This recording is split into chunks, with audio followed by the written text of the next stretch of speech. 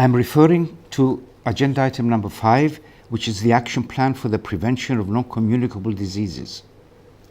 It is a gratifying sign of the progress achieved over the years in the health profile of many nations that non-communicable diseases have come to be recognized as a health priority.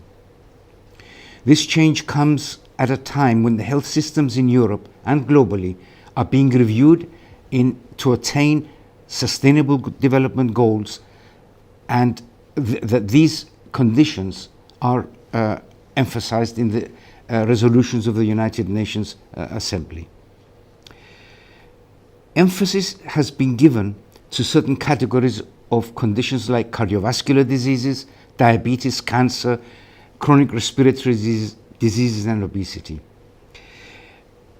Even though it is recognized that children can die from treatable conditions other than the above, the whole policy revolves around adult conditions and not to pediatric conditions like hereditary conditions.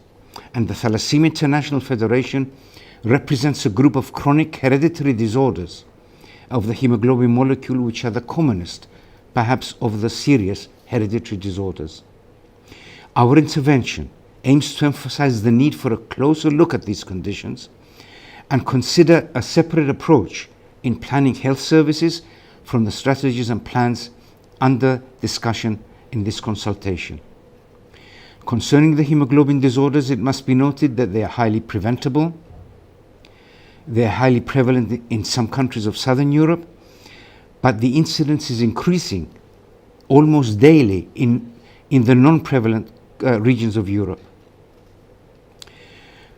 From the epidemiological databases of our organization, we find that there are at least 27,000 patients with beta thalassemia syndromes and at least 45,000 sickle cell patients currently known in Europe.